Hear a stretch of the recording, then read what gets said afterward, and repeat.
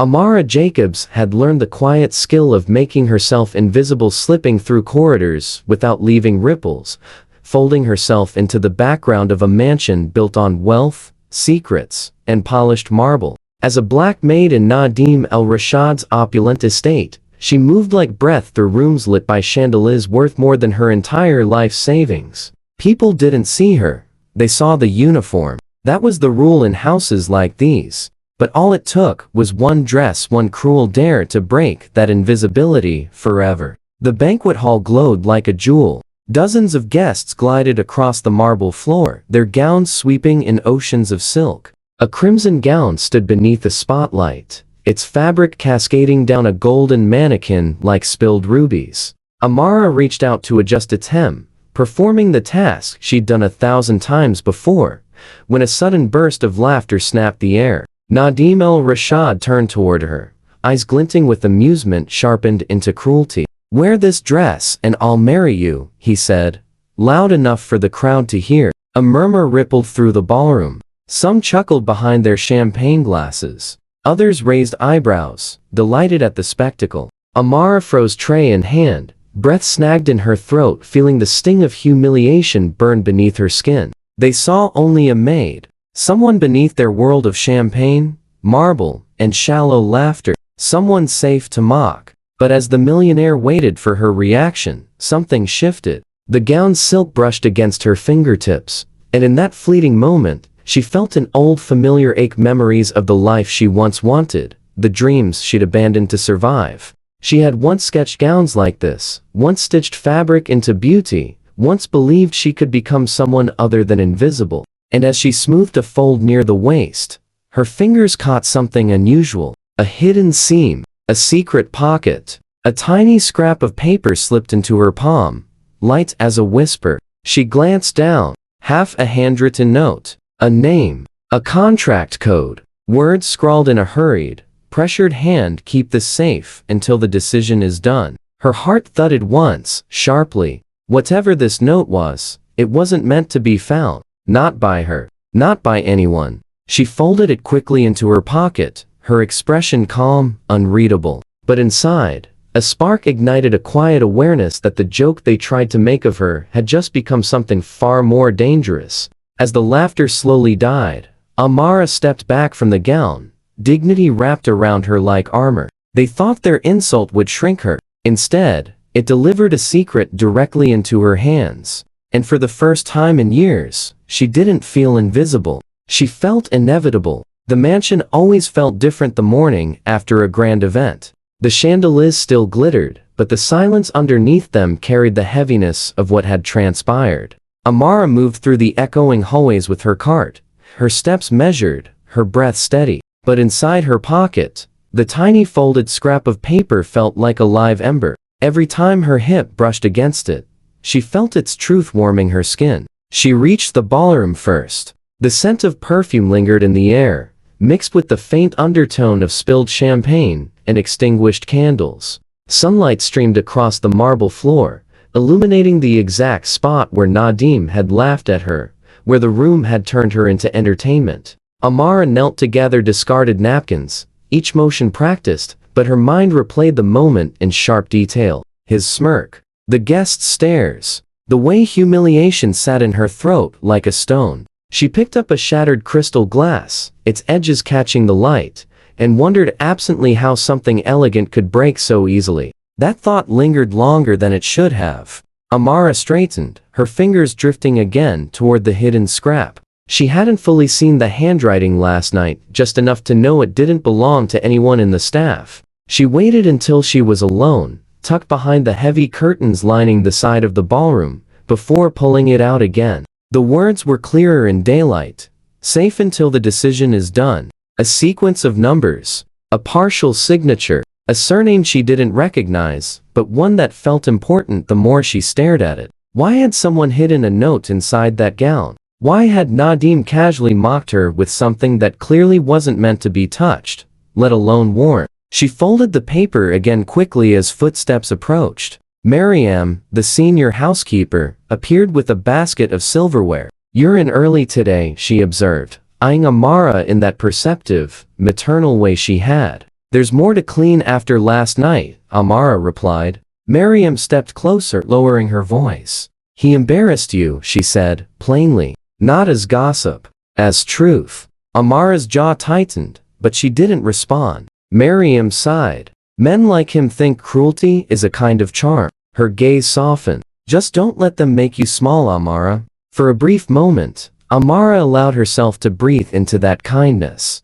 But as Miriam walked away, Amara felt the note pulsing again against her side. Small, she thought, if only they knew. The afternoon passed with the predictable rhythm of chores, but small things kept nagging at her. The millionaire's voice echoing down the hall sharper, more anxious than usual. Staff whispering about him, searching rooms late into the night. A locked drawer left slightly ajar in the study. Piece by piece, the puzzle began to take shape, though its edges were still murky. It wasn't until she returned to the laundry wing that the final nudge arrived. The gown was there, suspended under soft steam, its crimson folds glowing like embers. As she lifted its hem, her fingers brushed the very seam where the note had been hidden, and she realized then, with chilling clarity, Nadim did not know the note was in that dress, which meant someone else put it there. Someone who trusted the wrong person. Someone who never imagined a black maid would be the one to uncover it. Amara smoothed the silk slowly, her pulse steady but fierce. Whatever game was unfolding in this mansion, she was no longer just a witness. She was involved now whether they wanted her or not. Amara lingered in the laundry wing longer than necessary, the hiss of steam filling the room like a guarded whisper. The crimson gown hung suspended on a padded hanger, its fabric glowing under the warm lights, every fold hiding a story she was only beginning to unravel. She moved closer, fingertips brushing the silk with the reverence she didn't entirely understand. The dress no longer felt like a symbol of humiliation, it felt like a doorway. She lifted the hem again, following the line of the hidden seam with practiced eyes. A seam like this wasn't accidental, it was intentional. Crafted with the same subtlety used by designers who understood the language of secrets. Though years had passed since she'd abandoned her dream of fashion design, her hands remembered, her fingers remembered, and now, those memories whispered truths Nadim al-Rashad never imagined she would be capable of seeing. She swallowed hard, thinking of the note she'd tucked safely into the pocket of her apron. Keep this safe until the decision is done. The words played in her mind like a riddle. What decision? Why this dress? And why hide something so important in a garment destined for display at a banquet? The door creaked, and Amara quickly smoothed the gown back into place as Miriam stepped inside. You're still here? Miriam asked, adjusting a stack of pressed linens. I'm finishing up, Amara said, careful to keep her tone even. Miriam gave her a long, searching look. Be cautious, she murmured. There's tension in this house today. And tension always means something is about to break. After Miriam left, Amara allowed herself a slow breath. Something was breaking, she could feel it in the millionaire's voice echoing down corridors, in the hurried movements of staff who'd been summoned and dismissed without explanation, in the way Nadim had slammed a door so hard earlier that the chandelier trembled. She made her way to the study later that afternoon, tasked with dusting shelves she'd memorized months ago. As she stepped inside, she paused. The room felt unsettled, papers scattered on the floor, drawers left open, a faint scent of cologne lingering as if Nadim had stormed out only moments before. Amara crouched to gather the fallen papers, but when her eyes drifted toward the desk, she stopped.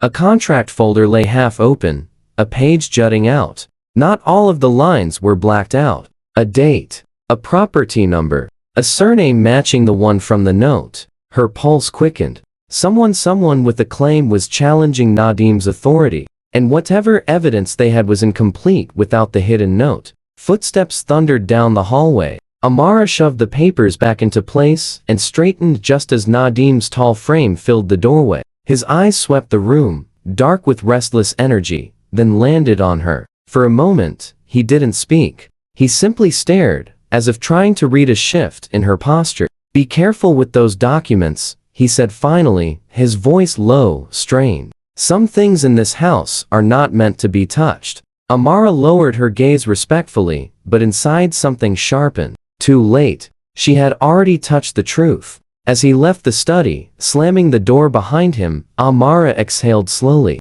The pieces of the puzzle were aligning. And now she understood something undeniable.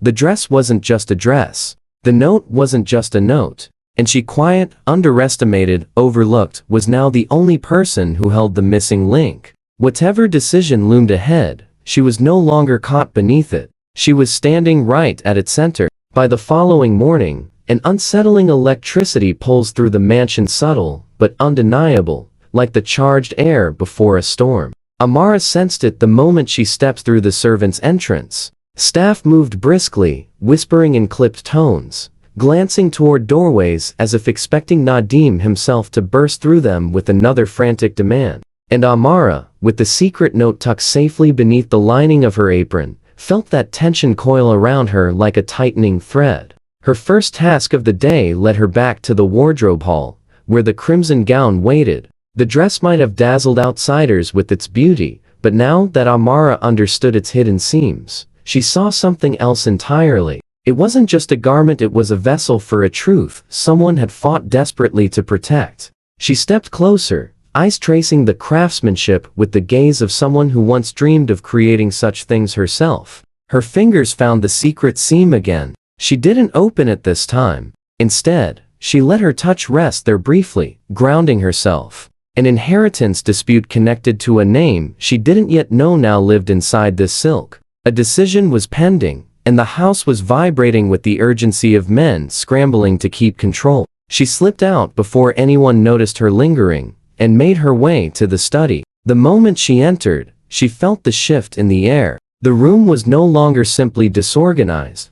Now, it was gutted in a calculated way. Folders emptied, documents rearranged, several drawers left hanging open like wounded mouths. Someone was searching, and they hadn't found what they needed. Amara moved quickly, gathering stray papers. She tried to focus on her work, but her eyes were drawn again and again to the contract folder on Nadim's desk. A page inside had been pulled partially free, revealing a line not yet redacted: inheritance review pending until full documentation is recovered. Her breath caught. Full documentation. They were looking for the note. The same note resting inside her apron, quiet as a heartbeat. Before she could slip away, footsteps echoed down the hall, 2 sets, fast and heavy. Nadim entered with an estate advisor at his side, their voices low but urgent. "We cannot delay the decision again," the advisor insisted. "I am aware of that," Nadim snapped, his composure unraveling.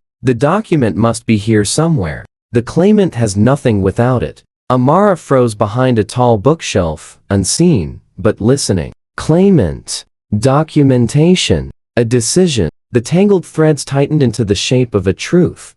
Nadim's wealth, or part of it, was at risk. The advisor pressed. "If the evidence surfaces, the court will rule in their favor. You understand what that means?" Nadim's silence was answer enough. He dismissed the advisor with a wave, but as the man left, Nadim's shoulders sagged in a way Amara had never witnessed. He seemed suddenly human, scared, weighted, small. But when he finally noticed Amara in the corner, something else flickered across his face: suspicion. "You," he said sharply, "have you seen anything unusual? Any misplaced items? Anything moved?" It wasn't a question. It was a warning. Amara shook her head with practiced calm. "No, sir." His gaze lingered on her for a beat too long before he turned away. When she left the study, her pulse was steady but fierce. The truth was clear now. The note she held wasn't just evidence. It was leverage. And for the first time in her life, inside this mansion, power had shifted quietly, invisibly into her hands. The next morning arrived with a heaviness that clung to every doorway in the mansion. Even the sunlight filtering in through the tall arched windows felt muted, as if wary of illuminating secrets too closely. Amara stepped across the marble floors with the same disciplined grace she perfected over the years.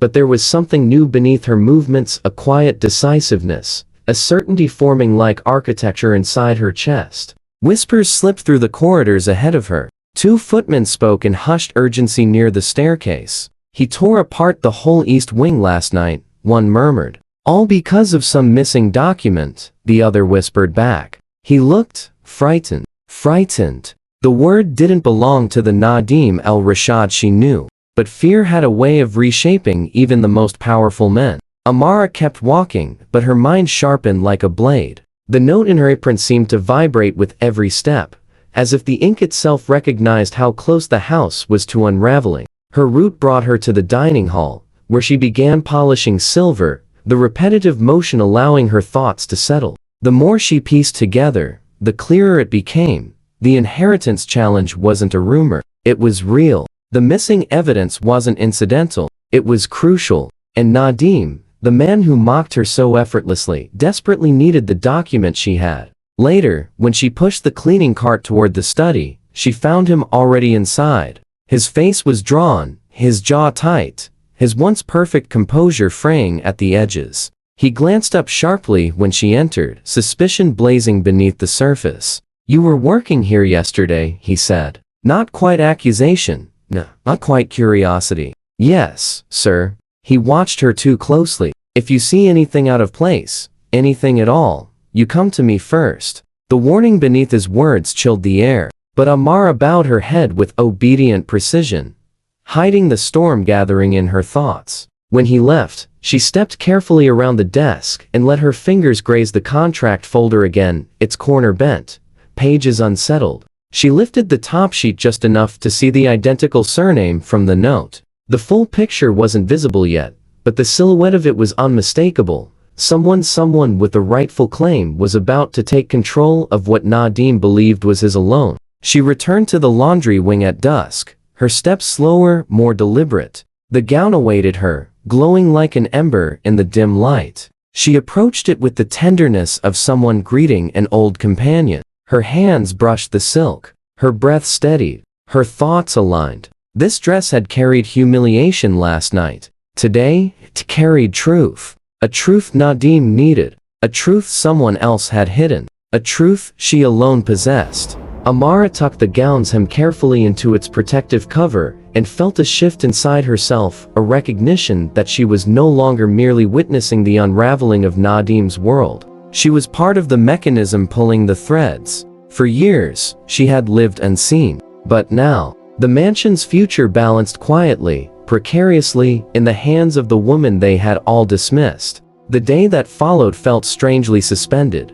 as if the mansion were caught between breaths. Amara sensed it the moment she stepped into the foyer. The staff moved with a nervous quiet, trays clinking too sharply, footsteps a little too quick. Something was coming, something big enough to shift the entire structure of Nadim al-Rashid's carefully curated world. By mid-morning, the sound of engines rumbled through the courtyard. Amara paused with a stack of folded linens in her arms as two unfamiliar men stepped out of a sleek black car. They weren't guests. They weren't staff. Their suits were too formal, their expressions too serious, their briefcases too heavy. They walked with the precise urgency of people who handle decisions that change lives. Nadim himself appeared moments later, striding down the staircase with forced confidence. Amara could see it even from a distance. His posture was stiff, his eyes sharp with dread. He greeted the men with a strained handshake before ushering them into the study. The door shut behind them with a thud that echoed through the hall. Amara continued cleaning, but her ears remained alert. Snatches of conversation drifted through the hallway in tense fragments. Final verification, the claimant's evidence, missing documentation, inheritance cannot proceed without a chair scraped loudly. Nadim's voice rose, brittle and cracking. "I told you we looked everywhere. It isn't here." The men's response was muffled, but their tone was unyielding. Something inside Amara steadied. They were talking about the note hidden in the dress, the note she had touched, the note she now safeguarded. When the men finally left, Nadim emerged looking hollowed out, his expression carved with desperation. He could no longer conceal. He paced the corridor, muttering under his breath, running a hand through his hair in a motion that betrayed panic. For a brief moment, Amara stood at the far end of the hallway and watched him. This was not the man who mocked her. This was a man losing control of a world he believed untouchable. She turned quietly, returning to her duties. Invisible again, but not in the way she used to be. Now, she moved through the mansion like a shadow, carrying truth. A truth Nadim would never imagine rested in the hands of the maid he ridiculed. In the laundry wing later, she adjusted stacks of pressed garments when the estate assistant stepped inside. He rarely visited this part of the mansion, and his presence set the air humming. "You were here the night of the incident with the dress," he said, not unkindly. Amara stiffened. "Yes." He hesitated. "Just be mindful where you step in the coming days. Not everything happening here is visible, but its consequences will be." He left as quietly as he came, leaving Amara alone with the rhythmic hiss of steam. Drawn by an instinct she couldn't ignore, she returned to the wardrobe room. The crimson gown shimmered as if it held its own heartbeat. Amara approached it slowly, reverently running her fingertips along the hidden seam. The dress had been mocked. She had been mocked, but inside its silk lived a truth strong enough to alter everything Nadim had built. And she, the unseen girl in gray, was now the keeper of that truth. Tonight, as she walked back toward the servants' quarters, the mansion no longer felt like a place of power towering over her. It felt like a place she would soon walk through on her own terms. The following evening arrived draped in a quiet tension that touched every corner of the mansion. Even the chandeliers seemed to shimmer differently, as if sensing the shift rippling beneath the polished façade. Amara stepped into the main hall with her cleaning cart, but something in her posture had changed. She moved with the calm certainty of someone who finally recognized the weight she carried and the power stitched into every hidden seam of the truth she held. The marble floor gleamed beneath her feet, the very floor where Nadim had mocked her, but the sting of that humiliation no longer lived in her chest. It had been replaced by something steadier: purpose. A purpose she hadn't asked for, yet one she felt undeniably called to. As she wiped down a glass display case, voices drifted from the corridor. Nadim's voice, sharp and fraying, matched by another man's smoother, more controlled tone. Amara stilled her movements, turning her ear slightly. "I don't care what the board says," Nadim hissed. "Without that documentation, he can't win." The advisor replied calmly, "But if the document resurfaces, the claimant's case becomes indisputable." A brittle silence followed, the kind born from truths too heavy to deny. Nadim exhaled shakily. "We tore the house apart for it. It's gone." Amara closed her eyes for a moment, steadying her breath. "Gone, because it rests with me." The realization was both terrifying and empowering. Minutes later, Nadim rounded the corner, nearly colliding with her. He stopped abruptly. His gaze swept over her uniform, then her eyes, searching for something he couldn't articulate. Suspicion flickered there, thin, sharp, undeniable. But beneath it, a deeper emotion pulsed: fear. "Amara," he said slowly, voice brittle at the edges. "You've been working near the wardrobe rooms lately, haven't you?" She lifted her chin slightly. "Yes, sir. That's my assignment." His jaw tightened. "If you see anything unusual, you come directly to me." She nodded with the composed grace of someone who had lived her entire life beneath the weight of orders. But inside, her thoughts moved with precise intention. He was crumbling, and he didn't know why. Amara continued her rounds, though the mansion felt different now, less like a labyrinth designed to contain her, and more like a stage where a story was unfolding, one she now had the ability to shape. Eventually, her path led her back to the wardrobe room. The gown hung silently under the warm lights, its crimson folds casting a soft, glowing halo. Amara stepped closer, her breath catching in her throat. She touched the silk lightly, tracing the secret seam that had started everything. The dress had become something more than fabric. It was a witness, a vault, a weapon, and she was its guardian. She stood there for a long moment, her reflection caught in the mirrored wall, no longer invisible, no longer bowed. Something inside her had risen, quiet but unstoppable. When she finally left the room, the mansion felt smaller beneath her footsteps. Not because she diminished it, but because she had grown beyond its expectations. For the first time, she realized she wasn't moving through this house as a maid.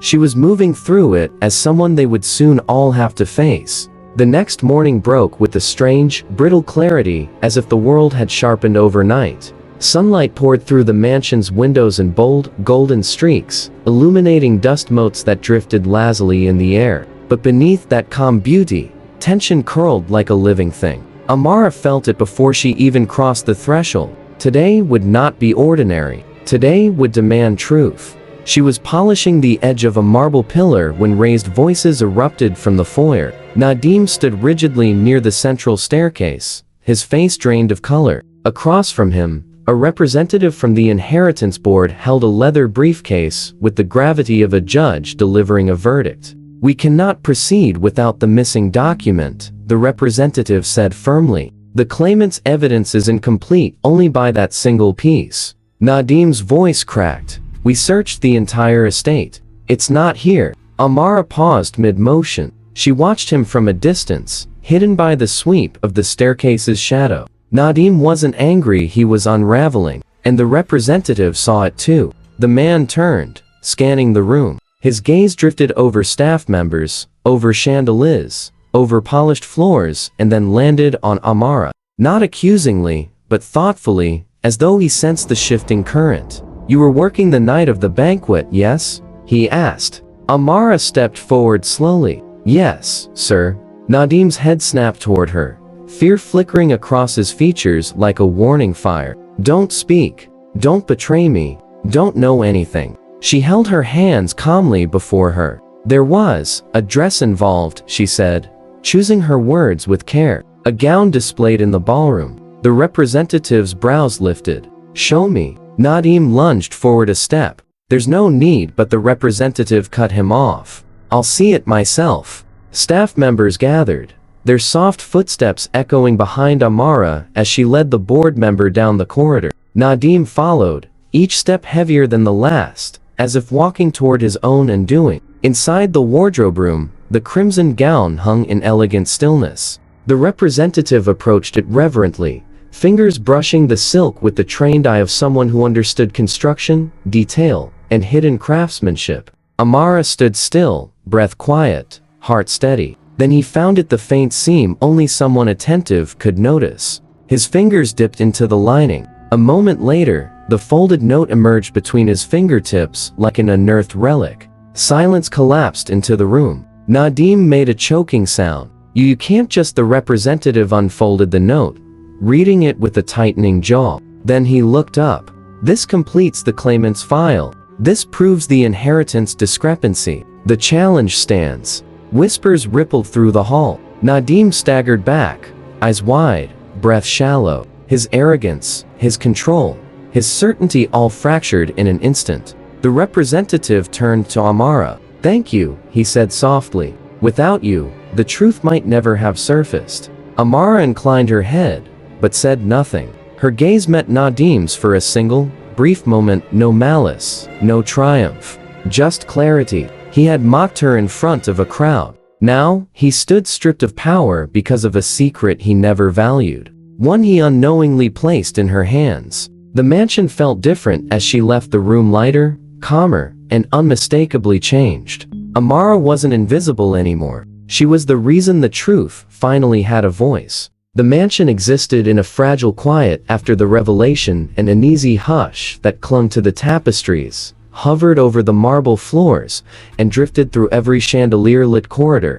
Staff walked carefully, as if the wrong footstep might shatter what remained of Nadim's crumbling authority. But Amara moved differently. She walked with a steadiness born not from pride, but from understanding. Something fundamental had shifted, and everyone, in the walls, seemed to feel it. Nadim spent the morning locked inside his study. Raised voices spilled through the wood panels at intervals, his lawyers, advisors, someone from the board calling again. Each conversation chipped away at the image of the untouchable man he had once projected. Amara passed the study twice, each time hearing the unmistakable cadence of a man bargaining with consequences he could no longer outrun. Her presence in the hallway did not go unnoticed. The third time she passed, the door jerked open. Nadim stood, eyes bloodshot, shoulders rigid with tension. For a heartbeat, neither of them spoke. Then, quietly, he said, "You knew." Amara didn't flinch.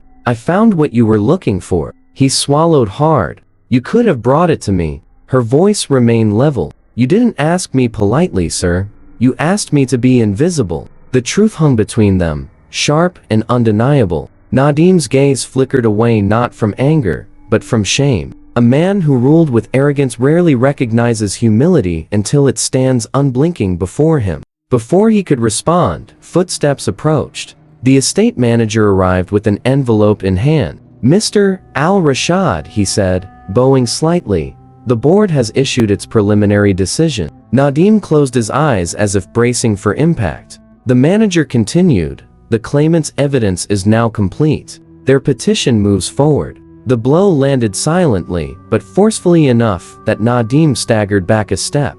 The manager excused himself, leaving Nadim alone with Amara to people bound briefly by an uncomfortable, necessary truth. He drew a shallow breath. "I misjudged you." A simple sentence, but one that carried the weight of the entire ballroom. Humiliation, the carelessly thrown mockery, the way he had looked at her, as if she were made of shadows instead of substance. Amara didn't soften. Most people do. His eyes lifted to hers, then truly lifted as though he were seeing her for the first time. Not the maid, he mocked. Not the worker, he ignored. But the woman whose integrity had preserved the truth he tried so desperately to conceal. He stepped back, defeated, allowing her to pass. And Amara did quietly, gracefully, carrying no bitterness with her. Only freedom. She walked toward the wardrobe room one last time. The crimson gown still hung in place, its beauty now stripped of deception. She approached it with calm reverence, running a hand along the silk that once held the secret shaping this entire saga. "You did what you had to," she whispered, not to the dress, but to the woman she had been that night in the ballroom. The one who endured humiliation without knowing she would rise from it stronger. As she closed the wardrobe door, the mansion felt smaller.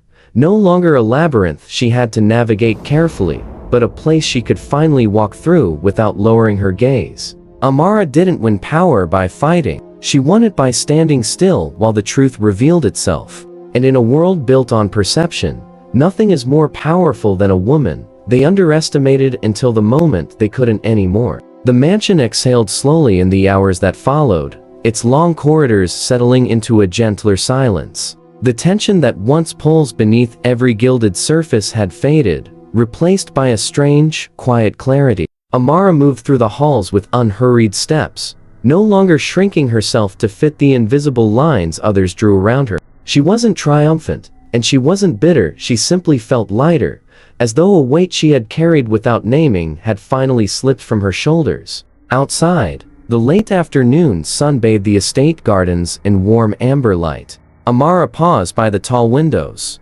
watching the wind ripple through the manicured hedges. For the first time in years, she allowed herself to stand still without fear of being seen, judged, or scolded for idleness. Stillness didn't feel dangerous anymore. It felt earned. She thought of the ballroom, the laughter, the cruel dare wrapped in silk. She remembered the heat rising in her cheeks, and the sting of the moment they reduced her to a spectacle. But now, when she revisited that memory, it no longer held power. The humiliation had transformed into something unexpected, into strength, into direction, into a quiet shift that altered her place in this world. Amara continued down the corridor with measured grace, leaving the crimson gown, the hidden note, and Nadim's shaken apology behind her. She didn't know what her future held, but she knew one thing with absolute certainty. She was no longer invisible, and she would never allow anyone to make her feel small again.